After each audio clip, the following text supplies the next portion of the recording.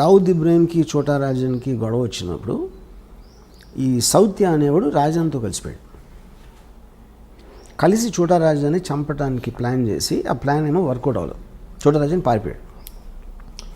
పారిపోయిన తర్వాత ఇదంతా దుబాయ్లో జరిగింది. దుబాయ్లో చోటా రాజన్ కోపంతో వాడు నేను తీసుకొచ్చి ఆయన అంత పొజిషన్ ఇస్తే నన్ను చంపడానికి ట్రై చేసి దావుద్ భాయ్తో చేతులు కలుపుతాడు, ఆయన చంపి తీరాలని. పక్కన వాళ్ళందరూ ఇంపాసిబుల్, అది దుబాయ్లో ఉన్నాడు, మీరు దుబాయ్లో అనే మర్డర్ అనేది ఎప్పుడు జరగలేదు. అంటే వీడు ఏం చేశాడంటే ఒక బాంబే నుంచి 4 తెప్పించి హిట్మెన్ దుబాయ్లో చేయలేదు ఎప్పుడు, కానీ ఎప్పుడు చేయనంత మాత్రాన ఫస్ట్ టైం దేనికన్నా ఫస్ట్ టైం ఉంటుంది. దావుద్ భాయ్కి పవర్ ఉంటే నాకు ఉన్నాయి కాంటాక్ట్స్ దుబాయ్లో. నేను మొత్తం అరేంజ్ చేస్తాను. మీరు వెళ్ళి హాలిడే లాగా వెళ్ళండి దుబాయ్, అక్కడ నా వాళ్ళు వచ్చి సౌత్యాన్ని ఎలా చంపాలో వాళ్ళు ఎక్స్ప్లెయిన్ చేస్తారు. మీరు కన్విన్స్ అయితే చేయండి, చంపేసి మీరు తప్పించుకోగలుగుతామని కన్విన్స్ అయితే చేయండి నేను చూసిన ప్లాన్ తర్వాత. లేదా మీరు హాలిడే ఎంజాయ్ చేసుకుని వెళ్ళిపోండి. ఇప్పుడు ఇంత డబ్బులు ఇస్తున్నా ఆల్రెడీ, మీరు సక్సెస్ఫుల్ అయ్యారంటే దీనికి 10 ఇస్తాను. ఒకవేళ అక్కడికి వెళ్ళి మీరు కన్విన్స్ అవ్వకపోతే మీరు తప్పించుకోగలుగుతానని అప్పుడు మీరు హాలిడే ఎంజాయ్ చేసి వెళ్ళిపోండి, మళ్ళీ బాంబే వెళ్ళిపోండి. వీళ్ళు సరే వెళ్ళారు, దుబాయ్ వెళ్ళారు.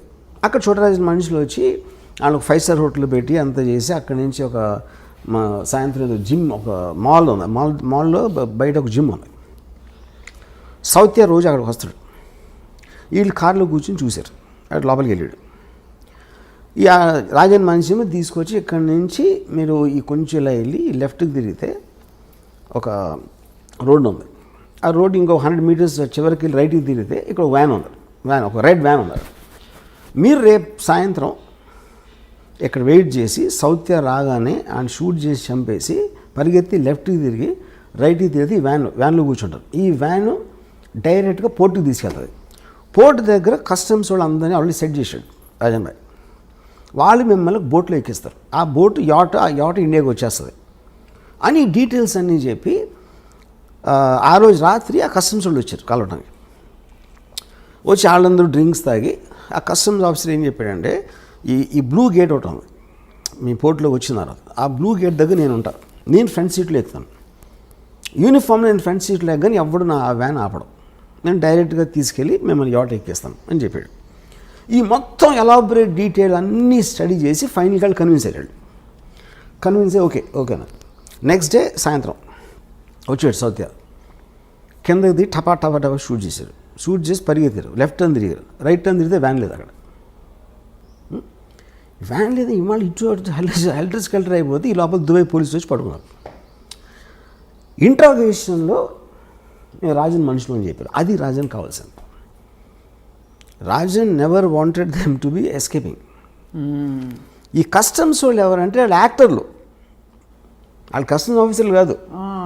వాళ్ళు వచ్చి కస్టమ్ ఆఫీసర్ లాగా చేసి వీళ్ళకి నమ్మకం కలిగించడానికి అలా మాట్లాడి ఈ ఫోటోలన్నీ చూపించారు.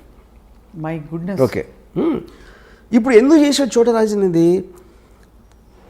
నన్ను మీరు చంపడానికి ట్రై చేసిన నా పొజిషన్లోకి వచ్చిన దుబాయ్లో మీకు సెంటర్లో చంపానని అని డి కంపెనీకి మెసేజ్ పంపడానికి చేశాడు. అసలు మీరు చెప్పేదండి. ఇది అయిపోయింది కదా. నెక్స్ట్ చోటరాజను వీళ్ళ ఫ్యామిలీస్కి ఫోన్ చేసి ఈ 4 ఉరిశిక్ష చేశారు దుబాయ్లో ఫస్ట్ మర్డర్ జరిగింది ఇదే దుబాయ్లో మొత్తం హిస్టరీలో. వీళ్ళ ఫ్యామిలీస్కి ఫోన్ చేసి నేను వాళ్ళకి అబద్ధం చెప్పిన మాట నిజం, ఎందుకంటే నాకు ఒక ప్రెస్టీజ్ క్వశ్చన్ వచ్చింది, నేను చేయాల్సిన అవసరం ఉంది, ఇలాంటి బిజినెస్లో ఎవరో ఒకరిని బలి ఇవ్వకపోతే మనం అనుకునేవి జరగవు. ఇప్పుడు వాళ్ళు మీకోసం మీ పిల్లలకి మీ ఫ్యామిలీస్కి ఎంత మీకు డబ్బు అవసరం అవుతుందో వాళ్ళు సంపాదించి దానికి 2 ఎంతలు నేను ఒక్క షాట్లో ఇస్తాను మీ నలుగురికి అని చెప్పి వాళ్ళు డబ్బు పంపించాడు. సో ఇప్పుడు ఇదంతా చూస్తే అసలు అది మీ జడ్జ్మెంట్ ఫ్యాక్టర్ ఏముంటుంది కదా చెప్పండి నాకు. అంటే డబ్బు పంపించడానికి మంచివాడు అయిపోతాంటారా? మంచోడు అది మీరు చెప్పాలి. కానీ ఎంత ఎమోషన్స్ వెనకాల ఉంటాయని ఎవరైనా ఊహిస్తాడు అసలు. అది నేను చెప్పేది, అది జస్టిఫికేషన్ కాదా నేను చెప్పట్లా. First of all their hitmen ఎవరైతే వచ్చారో, డబ్బులు తీసుకుని చంపడానికి వచ్చే ఇలాంటి మనుషులు ఒక రకం, వాళ్ళకి ఫ్యామిలీస్ ఉండటం కూడా నిజమే, వాళ్ళకి పిల్లలు ఉండటం కూడా నిజమే, వాళ్ళు క్రైమ్లో లేరు, కానీ వాళ్ళ జీవనాలు వీళ్ళ మీద ఆధారపడి ఉన్నాయి. సో వీళ్ళకి అబద్ధం చెప్పి మోసం చేసి తన పని అవగొట్టుకుని వాళ్ళు దుబాయ్ జైల్లో ఉరిశిక్ష చేయించాడు. ఇది లేకపోతే చూడరాజు దగ్గర ఇంకోటి ఏముంటుంది చెప్పండి నాకు. మీకు ఉన్న ఆప్షన్స్, మీకు ఒక ఆబ్జెక్టివ్ ఉంది, ఆ ఆబ్జెక్టివ్లో మీకున్న బెస్ట్ ఆప్షన్ మీరు ఎత్తుక్కుంటారు. దాంట్లో ఎవరో ఒకళ్ళు హర్ట్ అవుతారు, ఎవరో ఒకళ్ళు బలైపోతారు, which is called collateral damage. ఇప్పుడు హిట్లరు సెకండ్ వరల్డ్ వార్లో లండన్ మీద బాంబు చేశాడు. ఎందుకు చేశాడు? యూకే బ్రిటిష్ ట్రూప్స్ స్టార్ట్ అయినాయి. ఆ బ్రిటిష్ ట్రూప్స్ మూవ్మెంట్ స్లో చేసేయాలి, బార్డర్కి తొందరగా రాకుండా. అందుకని లండన్ మీద బాంబు చేసి జనాలు భయపడి అందరూ బయటకు వచ్చేసి రోడ్లు అన్ని బ్లాక్ చేసేస్తారని ఉద్దేశం అన్నమాట. ఇది వార్ స్ట్రాటజీ అంతే. దానికోసం మీరు ఇన్నోసెంట్ ప్రజల్ని చంపేస్తారని అదే పాయింట్ అక్కడ. ఇన్నోసెంట్ ప్రజలు అనేవాళ్ళు ఎప్పుడూ బలిపశువులు ఉంటారు, ఏ వార్లో అయినా ఎక్కడైనా సరే. అది 2020 అవ్వచ్చు, లేకపోతే 1720 అవ్వచ్చు. ఇది ఇంకా నేను మీకు ఉరికినాయి మన ఇంటర్వ్యూ కాబట్టి చాలా తక్కువ చెప్పాను. దీని యాక్చువల్ స్టోరీ చెప్తే కింద పడిపోతారు. ఇదంతా మీకు ఎవరు చెప్పారు? Course I have my sources. You have your sources. అంటే డైరెక్ట్గా చోటారాజనే పిలిచి కూర్చోబెట్టి మీకు కప్పు కాఫీ ఇచ్చి చెప్పినట్టుగా అంత వివరంగా చెప్పారు. దీన్ని బట్టి ఇంకో విషయం కూడా అర్థమవుతుంది, గ్యాంగ్స్టర్స్కి మంచి స్క్రీన్ ప్లే ఉందని. Of course gangsters constantly drama, వాళ్ళంతా వైలెన్స్ అనేది మనం అనుకున్నది ఎక్కువ జరగదు అక్కడ. Mostly it is mind games. మనకి సినిమాల్లో టపా టపా టపా గన్ షాట్లు అవుతూ ఉంటాయి, it's not as much as what we think. ఎందుకంటే మీకు వాయిలెన్స్ ఎక్కువ జరిగితే అసలు యాక్చువల్ కంట్రోల్ లేదని అర్థం అవుతుంది. నిజంగా మీరు భయపడితే అండర్ వరల్డ్కి ఎవడు అసలు దాని నుంచి వాడికి దానికి ఎగెన్స్ట్కి వెళ్ళటానికి భయపడతారు. ఎగెన్స్ట్కి వెళ్ళటానికి లేనప్పుడు మీకు వాయిలెన్స్ ఉండదు అసలు. ఇలాంటి వ్యక్తులతో తీసిన సినిమాకి మీరు ఆతే హే ఖాళీ ఆత్ జాతే హే ఖాళీ ఆత్ అని ఫిలాసఫీ పెట్టేస్తారా? యా కరెక్టే కదా. ఫైనల్గా చూడరాజన్ జైల్లో ఉన్నాడు, వాళ్ళు పోయారు. ఆతే హే ఖాళీ హాత్ జాతే హే ఖాళీ హాత్ బీచ్ మే గన్ పకడ్తే హై అంతే. అది స్టోరీ. గన్ ఒకటే కదా కదా పాయింట్. చాలామంది చాలా చేస్తారు, బిజినెస్లో ఓడిపోతారు, పొలిటికల్గా లూజ్ అవ్వచ్చు. People lose all kinds of things, not only the under world. But it is no wonder and no surprise that this is such a fascinating thing for you, because వింటూ ఉంటేనే అసలు ఇప్పుడే మీ సినిమా అంతా. యాక్చువల్గా ఈ చోటా Rajan episode it is one of the most striking things I heard. నేను 5% కూడా చెప్పలే యాక్చువల్గా.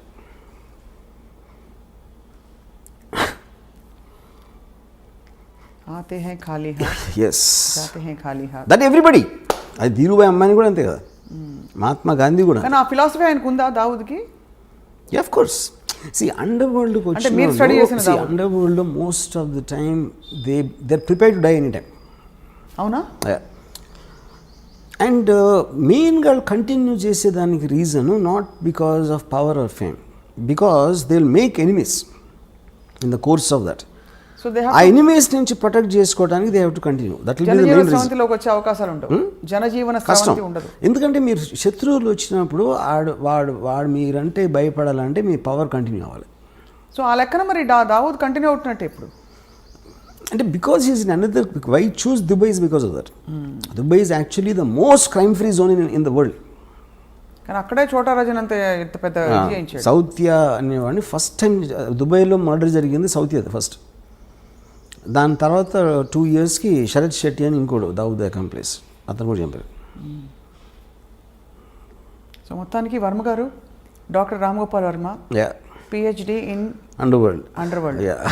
అది ఒక థీసిస్ ఎవరైనా గౌరవ డాక్టరేట్ ఇచ్చేస్తారేమో నాకు భయంగా ఉంది. తీసుకుంటారా ఇస్తే? Yeah definitely.